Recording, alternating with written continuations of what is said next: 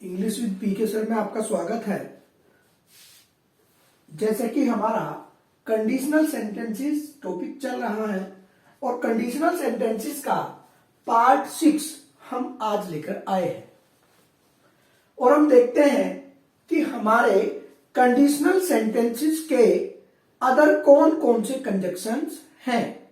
जैसे कि हम इससे पहले वाली वीडियो में पार्ट 5 में हम पढ़ चुके हैं कि कंडीशनल सेंटेंस के अदर कंजक्शन कौन कौन से हैं, ये टॉपिक हमारा चल रहा है। इससे पहले वाली वीडियो में हम अनलेस, वुड दैट आदि कंजक्शन को डिस्कस कर चुके हैं। आज जो हम करने वाले हैं वो है हमारा सपोज और सपोजिंग और ऑन कंडीशन दैट और प्रोवाइडेड दैट और सो लॉन्ग एज।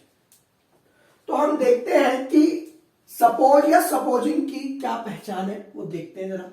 तो सपोज और सपोजिंग लगाने के लिए कंडीशनल सेंटेंस की हिंदी में मान लो या मान लीजिए के साथ की शब्द अवश्य दिया होगा और उसके बाद क्या वाला वाक्य दिया होगा।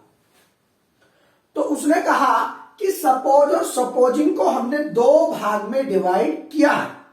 सपोज और सपोजिंग को हमने दो भाग में डिवाइड किया है। जैसे कि पहला अगर हम बात करें, पहली है ऐसी कल्पना जिसका पूरा होना असंभव है। पहली कल्पना है कि जिसका पूरा होना असंभव है और दूसरी कल्पना है जो मतलब जिसकी पूर्ति हो सकती है। या हम कहें कि पहले वाले में जो कल्पना है वो पूरी होनी असंभव है और दूसरे वाले में अगर हम कहें कि कल्पना पूरी हो भी सकती है। तो हमने ए पार्ट में जो ये ए पार्ट है इसके लिए हमने ये लिखा है कि सपोज या सपोजिंग, उसके बाद पास्ट इंडेफिनिट और उसके बाद वाट वाली सेंटेंस। अब हमने देखा जैसे जो हमारा एग्जाम्पल है वो क्या है। मान लो कि मरे हुए जी जाए तो क्या होगा। तो देखिए लिसनर, हमने यहां पे कहा कि मान लो कि मरे हुए जी जाए तो क्या होगा। अब आप देखिए, क्या मरे हुए लोग जी सकते हैं? नहीं जी सकते हैं। तो इसलिए हमने यहां पे कहा है कि ऐसी कल्पना जिसके पूरे होने की कोई भी आशा नहीं है, बिल्कुल असंभव। तो यहां पे हमने देखा सपोज और सपोजिंग, हमें या तो सपोज करना है प्रयोग या सपोजिंग, इन दोनों में से एक का प्रयोग करना है। उसके बाद the dead came back to life, what will happen, तो क्या होगा। तो अब आप यहां पे देखिए नेक्स्ट सेंटेंस है, मान लीजिए कि आदमी अमर हो जाए। मान लीजिए कि आदमी अमर हो जाए तो खाद्य समस्या का क्या होगा। तो खाद्य समस्या मतलब खाद्य सामग्री, मतलब तो खाद्य सामग्री का क्या होगा या खाद्य समस्या का क्या होगा। तो हमने कहा सपोज या supposing man became immortal, what would happen to food problem. तो यहां पे हमने लिखा कि what would happen to food problem. तो यहां पे अब हम देखते हैं कि अगर हम इसे बी पार्ट, हमने आपको बताया है कि सपोज और सपोजिंग को हम दो प्रकार से प्रयोग करते हैं। एक तो ऐसी कल्पना होती है जो पूरी नहीं हो सकती है, जो असंभव है पूरी होनी। एक कल्पना ऐसी होती है कि वो पूरी हो सकती है। तो यहां पे हमने बी पार्ट जो सेकंड पार्ट है इसका, वो हमने यहां पे लिखा है। तो हमने कहा कि सपोज या सपोजिंग, उसके बाद सिंपल प्रेजेंट, फिर कोमा, फिर व्हाट के साथ फ्यूचर इंडेफिनिट का टेंस। तो हमने कहा मान लो कि आज रात को वर्षा हो तो क्या कहोगे। तो देखिए यहां पे हमने कहा कि मान लो कि आज रात वर्षा हो तो क्या कहोगे। तो वर्षा तो हो भी सकती है। सपोज करो हम शाम के समय बात कर रहे हैं कि मान लीजिए कि आज रात वर्षा हो, तो वर्षा होने की संभावना पूरी हो सकती है। लिसनर ये भी ध्यान रखें आप लोग। तो हमने कहा सपोज या supposing it rains tonight, what will you say. तो अगर हम दूसरा सेंटेंस लें, मान लीजिए कि आप पास हो जाओ, मान लीजिए कि आप पास हो जाओ, तो आप क्या करोगे। तो यहां पे देखो पास होने की उसकी संभावना है, तो हमने कहा सपोज या supposing you pass, what will you do. मैं आशा करता हूं कि आपको सपोज और सपोजिंग दोनों का प्रयोग बहुत अच्छे से समझ में आया होगा। और इसकी हिंदी मान लो या मान लीजिए कि, और उसके बाद क्या वाला सेंटेंस आता है। अब हम देखते हैं कि जो हमारा नेक्स्ट कंजक्शन है वो क्या है। जैसे कि हम इससे पहले भी मैं आपको बता चुका हूं कि हम कंडीशनल सेंटेंसेस के कंजक्शन की बातें कर रहे हैं।